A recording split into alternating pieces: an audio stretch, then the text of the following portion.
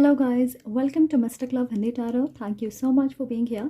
आज मैं आपके लिए आपकी 2024 प्रेडिक्शंस लेकर आई हूँ। हम देखेंगे आपकी ओवरऑल एनर्जी कैसी है, कौन से इंपॉर्टेंट इवेंट्स हो सकते हैं 2024 में, और हाइलाइट्स क्या होंगे 2024 के आपके लिए। किस तरह की गाइडेंस और मैसेज है आपके लिए, आपकी love life, career, family situation, finances और हेल्थ से रिलेटेड। स्पेशली अगर आपकी डेट ऑफ बर्थ 7, 16 या 25 है। ओके, सो ये आपकी मैसेज है। याद रखें, ये एक जनरल रीडिंग है। अगर आपको लगता है कोई चीज़ आपके लिए नहीं है, प्लीज़ लेट इट गो। आप इस रीडिंग को 2024 में भी देख सकते हैं, when ever you want. Okay, so number 7 आपकी रूलिंग प्लैनेट केतु है, जिसे हम साउथ नोड कहते हैं। और आपकी पर्सनालिटी बहुत इंटरेस्टिंग है, क्योंकि एक तरफ आप बहुत सीरियस और प्रैक्टिकल हो, वहीं दूसरी तरफ आप क्रिएटिव और फन लविंग इंसान हो। आप फाइन आर्ट्स की तरफ आपका झुकाव होगा। सिंप्लिसिटी आपके लिए बहुत ज़रूरी है। किसी भी सिचुएशन में, आपके रिश्तों में, आप किसी भी चीज़ को बहुत कॉम्प्लिकेटेड नहीं करते और कॉम्प्लिकेटेड चीज़ों से आप दूर भागते। पर जनरली आप अपनी फीलिंग्स को एक्सप्रेस करने में परेशानी महसूस करते। खुलने में आपको वक्त लगता है। ओवर थिंकिंग की एक बुरी आदत है आपको, इसलिए कई बार आप अपना धैर्य खो देते। जैसे मैंने कहा कि आप आर्ट को अप्रिशिएट करते हो। आपकी स्ट्रॉन्ग पॉइंट ये है कि आप दूसरों पे डिपेंड नहीं होते, बहुत इंडिपेंडेंट हो, सेल्फ सफिशेंट हो, आत्मनिर्भर हो। और इसलिए कई बार लोगों को ऐसा लग सकता है कि आपको किसी की ज़रूरत नहीं है। ओके, आप अकेले रहना पसंद करते, अकेले चलना पसंद करते। आपकी ज़ोडिएक साइन लिब्रा हो सकती है।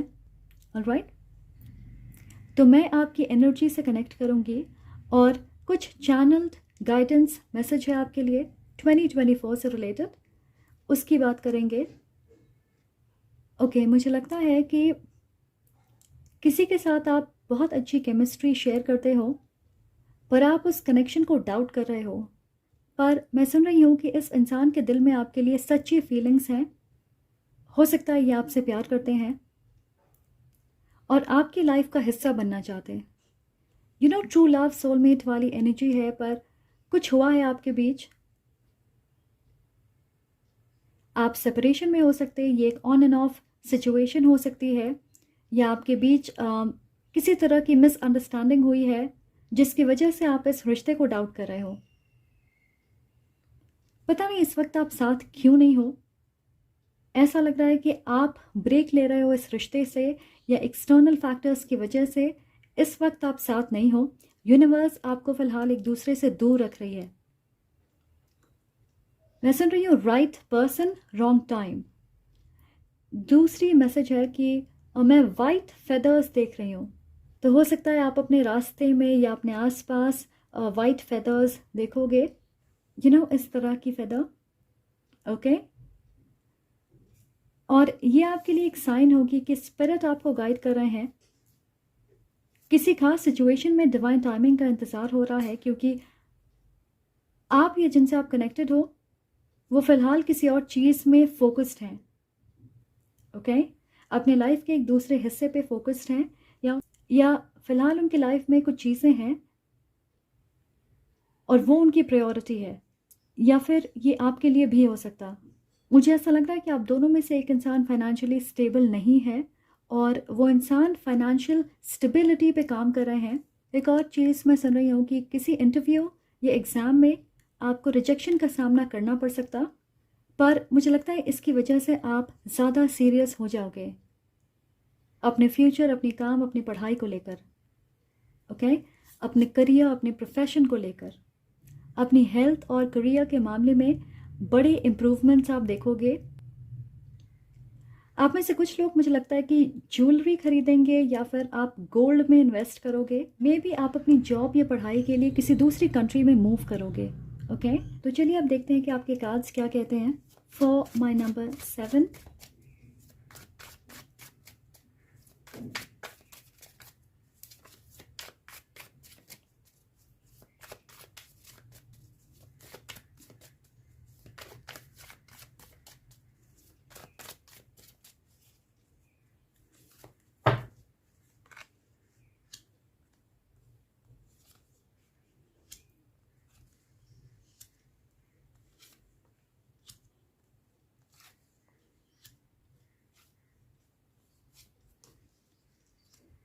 ऑलराइट, सो हमारे पास है the magician, temperance, ace of sword, lovers, six of cups and the eight of wands.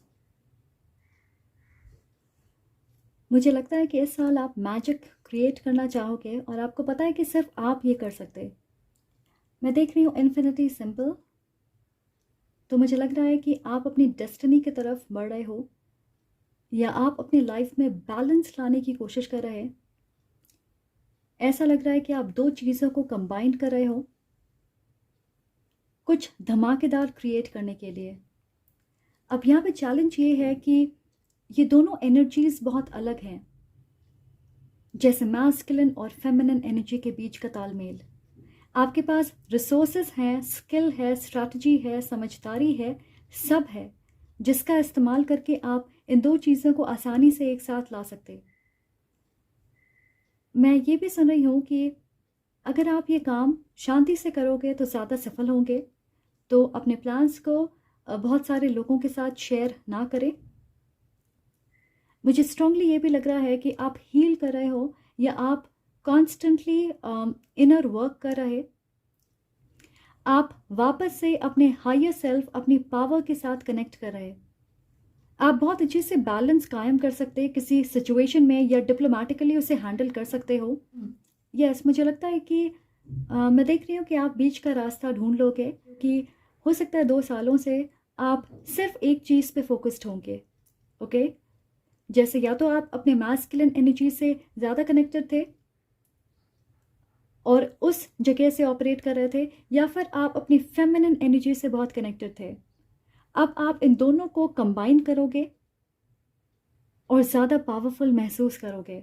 तो आप इसे ऐसे समझें कि या तो आप बहुत ज़्यादा इन्वेस्टेड थे किसी चीज़ में और दूसरी चीज़ों पे आप ध्यान नहीं दे रहे थे, जैसे या तो आप सिर्फ अपने रिलेशनशिप्स के बारे में सोच रहे थे और आपकी करियर एक जगह पे आके रुक गई होगी, या फिर ये उल्टा हो सकता। पर मैं देख रही हूँ कि 2024 में ये चीज़ बदलने वाली है। मतलब आप अपनी पावर, अपनी स्ट्रेंथ को, अपनी ताकत को पहचानोगे और उससे ऑपरेट करोगे, उससे फंक्शन करोगे। एग्जाम्पल के तौर पे हो सकता है आप एक ऐसे रिश्ते में इन्वेस्ट कर रहे होंगे जहाँ पे इक्वालिटी नहीं थी। आप ज़रूरत से ज़्यादा इन्वेस्ट करते होंगे, ऑब्सेस्ड होंगे, और दूसरे इंसान बिल्कुल नहीं थे, और इसलिए इस रिश्ते में ग्रोथ नहीं होगी या बहुत मुश्किलें आपके सामने होंगी। तो अब आप ये समझोगे और डिसाइड करोगे कि आप ऐसे रिश्तों में इन्वेस्ट करना चाहोगे जो बैलेंस्ड हो, 2 लोगों की इक्वल हिस्सेदारी हो और आप एक साथ मिलजुल के काम करें।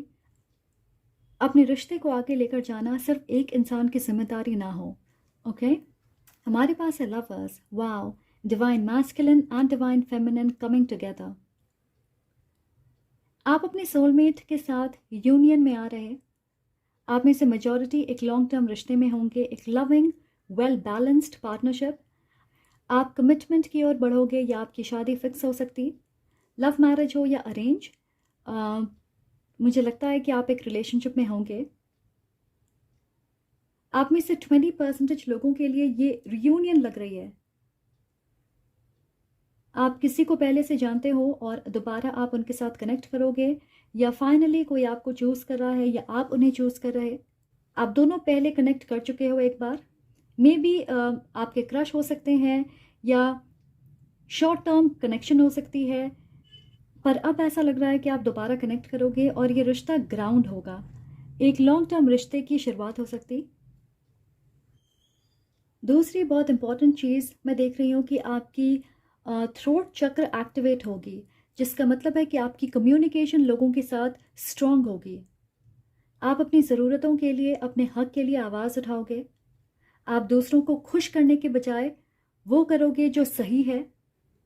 कुछ लोगों के लिए मैं देख रही हूँ लॉन्ग डिस्टेंस कम्युनिकेशन, तो बहुत ज़्यादा बातें होंगी, मैसेजेस, कॉल्स, वीडियो कॉल्स।